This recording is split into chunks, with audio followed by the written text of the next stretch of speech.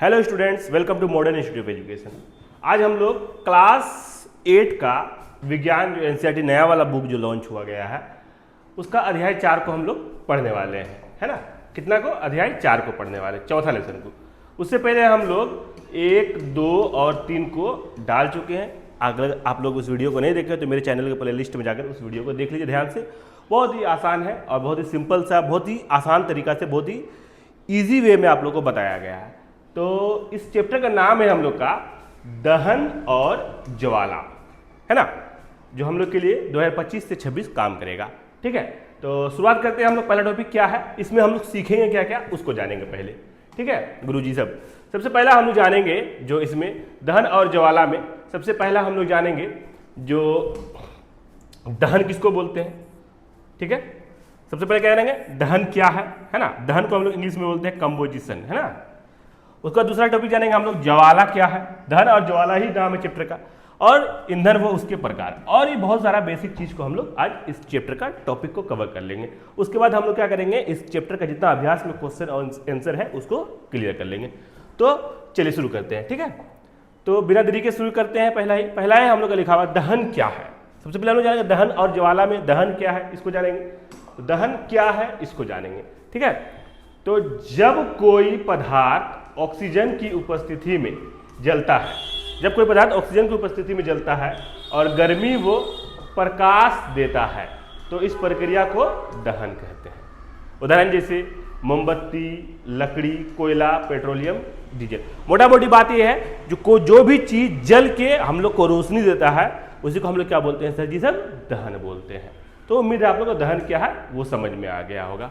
ठीक है, अगला टॉपिक है हम लोग का दहन के लिए आवश्यक परिस्थितियां, मतलब दहन जो जलने के लिए क्या क्या चीज जरूरी है। तो दहन के लिए 3 चीज बहुत ज्यादा जरूरत है ना। ये ऑब्जेक्टिव पूछ लिया दहन के लिए कितने चीजें जरूरी है। तो दहन के लिए कितने चीज जरूरी है सर जी? सर 3 गो चीज बहुत इंपॉर्टेंट है। सबसे पहला है हम लोग का ईंधन, फ्यूल। उसका दूसरा है ऑक्सीजन और तीसरा है ज्वलन ताप। यदि कोई एक कमी हो तो दहन नहीं। इस तीनों में से ये तीनों में से अगर कोई भी नहीं रहा तो आग जलेगा ही नहीं, दहन होगा ही नहीं होगा। तो उम्मीद है समझ में आ गया आप लोग को। अब देखते हैं हम लोग अगला टॉपिक हम लोग का चौथा टॉपिक में है, चौथा नंबर में दहन के प्रकार, है ना। दहन के कितने प्रकार होते हैं ये हम लोग जानेंगे। तो दहन पहला है हम लोग का तीव्र दहन, दूसरा है हम लोग का स्वतः दहन और तीसरा है हम लोग का विस्फोटक दहन, है ना। फ्यूल, ऑक्सीजन और हीट, 3 तरह का होता है दहन, है ना। तो तीव्र दहन क्या होता है इसको जानेंगे। जैसे माचिस जलाना, ये क्या कहलाता है हम लोग का? तीव्र दहन कहलाता है। स्वतः दहन बिना किसी बाहरी स्रोत की खुद ही जल जाना, जैसे फास्फोरस, वो अपने आप ही जल जाता है। और विस्फोटक दहन अचानक बहुत तेजी से दहन, जैसे पटाखे, वो क्या होता है अपने आप फटता है। तो हम लोग ध्यान समझते हैं।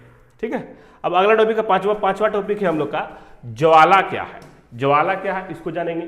तो ज्वाला क्या है? कुछ पदार्थ जैसे मोम, मिट्टी का तेल आदि जलने पर ज्वाला फ्लेम बनता है। आप लोग को दिखा भी देते हैं, यही क्या है ज्वाला है। आप लोग को देख लीजिए थोड़ा सा, ये क्या है हम लोग का ज्वाला है गुरुजी सब। ठीक है, ये क्या है हम लोग का ज्वाला है। ठीक है, तो क्या बोले हम लोग, कुछ पदार्थ जैसे मोम, मिट्टी का तेल आदि जलने पर ज्वाला फ्लेम बनता है। ज्वाला का रंग और ताप स्नायु, है ना, स्नायु के हिसाब से अलग हो सकता है। जैसे लकड़ी का कोयला का सिर्फ धुआं देता है, ज्वाला नहीं देता है। ठीक है, वो फ्लेम नहीं देता, वो सिर्फ धुआं और आग देता है। ठीक है, अगला है हम लोग को ईंधन और उसके प्रकार। ईंधन और उसके प्रकार, ठीक है। तो ईंधन, सबसे पहला ईंधन वे पदार्थ जो जलकर ऊर्जा, गर्मी, प्रकाश दे, जैसे ठोस, द्रव, गैस, है ना। ठोस में क्या क्या गया था? लकड़ी और कोयला। ये ठोस ये जलकर हम लोग को क्या देता है? प्रकाश देता है, ऊर्जा देता है। द्रव में पेट्रोल, डीजल, मिट्टी का तेल, ये तीनों जलता है। गैस एलपीजी, सीएनजी, है ना, ये सब क्या होता है हम लोग का ईंधन का प्रकार है। अभी जैसे आप लोग घर पे एलपीजी यूज़ करते हैं, गाड़ी में सीएनजी यूज़ होने लगा, तो ये ध्यान देने वाला बात है। ठीक है, अगला टॉपिक हम लोग 7वां नंबर पे चले आते हैं, आदर्श ईंधन के गुण, है ना। मतलब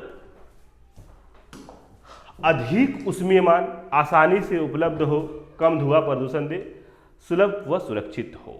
ठीक है, अगला टॉपिक हम लोग 8वां नंबर पे देख लेते हैं हम लोग। गुरुजी सब आप लोग को उम्मीद है समझ में आ रहा है। जल्दी जल्दी इस टॉपिक को खत्म करते हैं ना, ज़्यादा लंबा वीडियो हो जाएगा, इसीलिए जल्दी जल्दी कर लेते हैं। उसके बाद अगला है हम लोग का 8 नंबर। 8 नंबर है हम लोग अग्नि नियंत्रण के उपाय। मतलब अगर आग लग जाता है तो आप लोग कैसे उसको बुझा सकते हैं।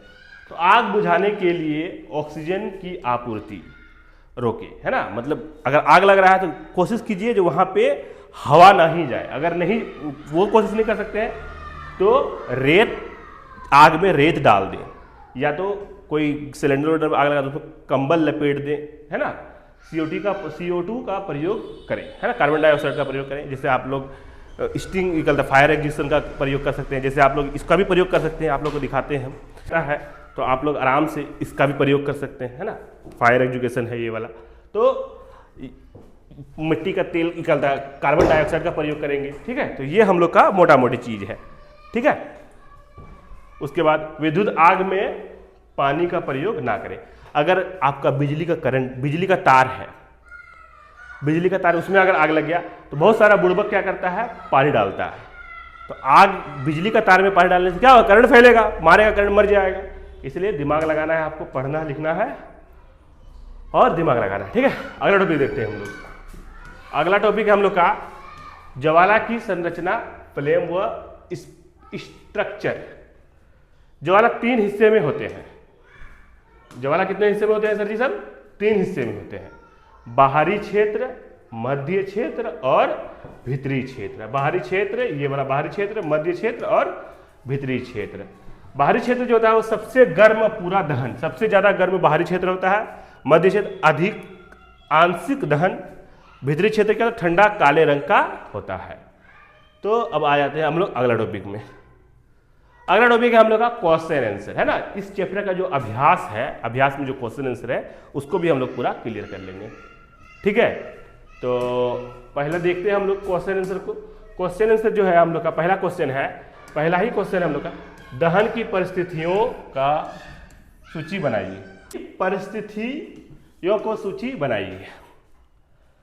तो दहन के लिए आवश्यक स्थितियां हैं, ईंधन का होना, ऑक्सीजन वायु का होना और ईंधन को जलाने के लिए तापमान, ज्वलन ताप, तीनों चीज होगा तभी जलेगा। ये आप लोग को पहले भी बताए हम लोग, है ना। आ जाते हैं अब हम लोग दूसरा क्वेश्चन की तरफ। दूसरा जो है हम लोग को बोल रहा है रिक्त स्थानों की पूर्ति कीजिए, मतलब खाली जगह है।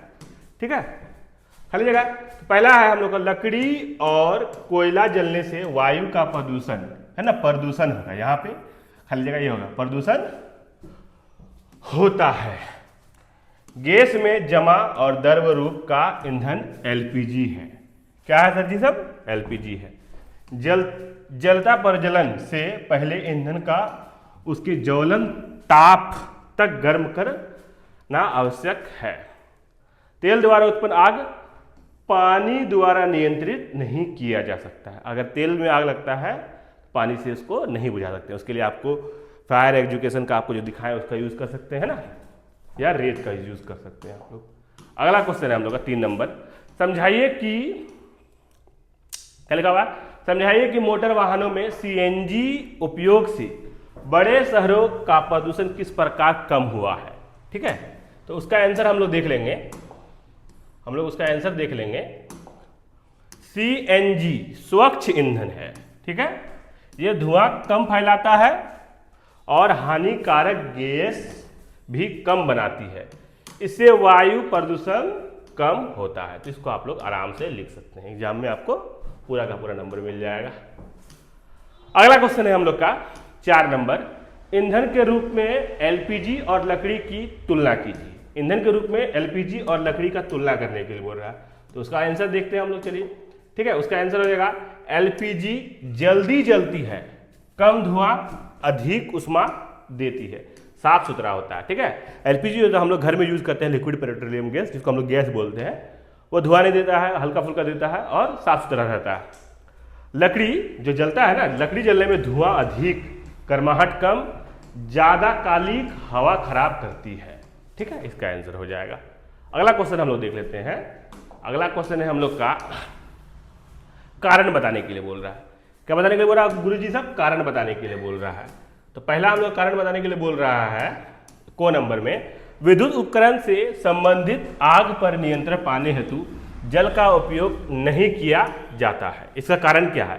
तो विद्युत बिजली में पानी देने से करंट लग सकता है, इसलिए पानी नहीं डालना चाहिए, है ना। बिजली का तार में अगर आग लग जाता है तो उसमें पानी डालिएगा तो आपको करंट लग जाएगा ना। उसको आप या तो फायर एजुकेशन से बुझाइए या तो रेत से बुझाइए, है ना।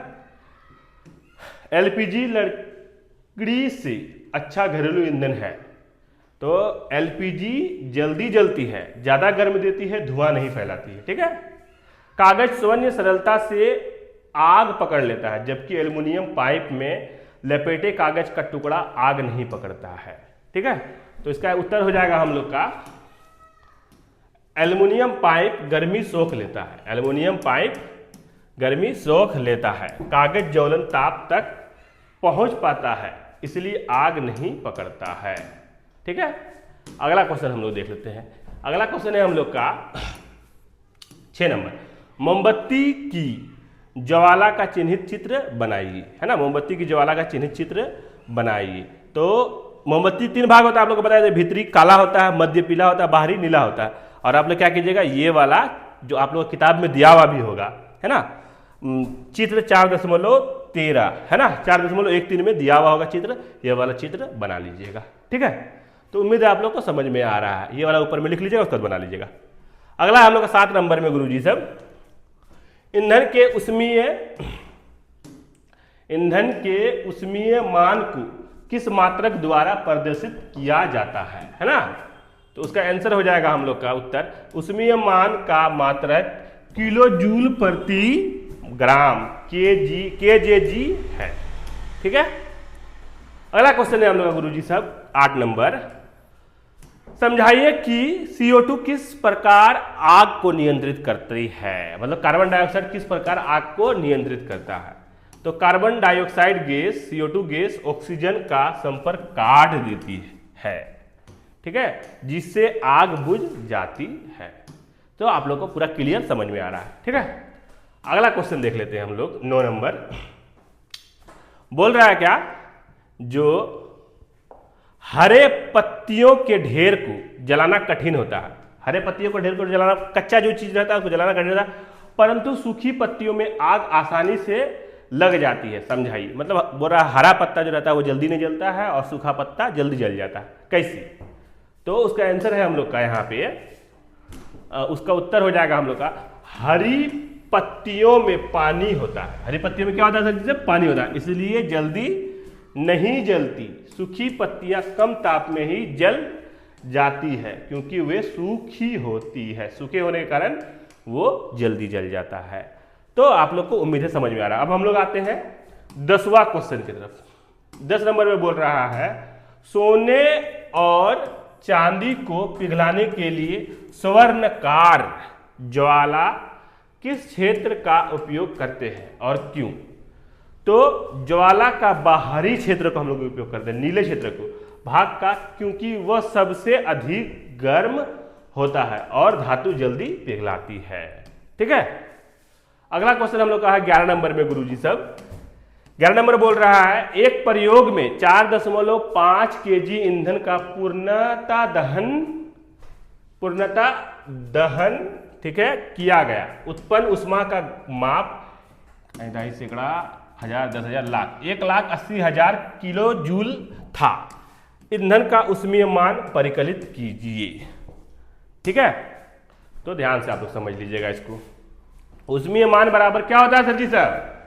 उष्मीय मान बराबर होता है, फॉर्मूला आप लोग का, कुल उष्मा बटे दहनित इंजन बराबर 1080 kg था इसमें और 4.5 kg, तो बराबर इतना आंसर हो जाएगा हम लोग का। 4 इकाई नहीं सैकड़ा, 1000, 10,000, 40,000 किलो जूल केजी हो जाएगा हम लोग, है ना। 12 नंबर हम लोग आ जाते हैं। 12 नंबर में बोल रहा है हम लोग का, जो क्या जंग लगने के परमाण को दहन कहा जा सकता है, विवेचना कीजिए, है ना। जंग लगने को परमाणु को दहन कहा जा सकता है, ये पूछ रहा है हम लोग, है ना।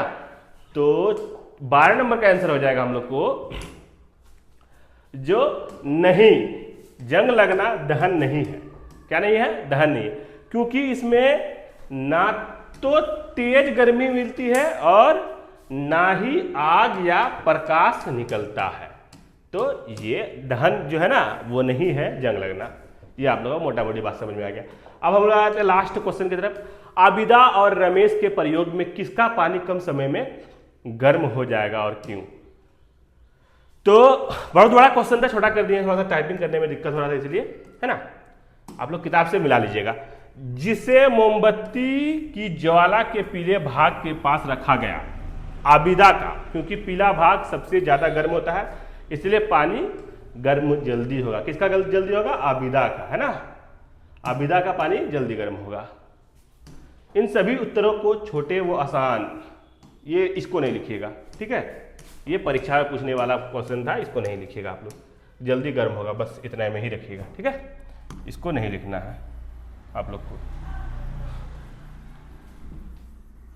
पूरा नंबर लाने के लिए, ठीक है। तो हम लोग का यहाँ पे टॉपिक पूरा खत्म हो गया।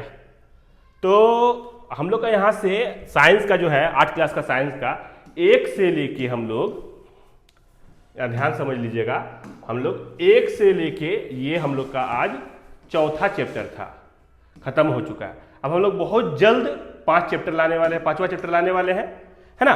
तो आप लोग ध्यान से पढ़ते रहिए मन लगा के, और आप लोग के लिए बहुत जल्द वीडियो आते रहेगा। तो मिलते हैं आप लोग से अगले वीडियो में, तब तक के लिए शुक्रिया।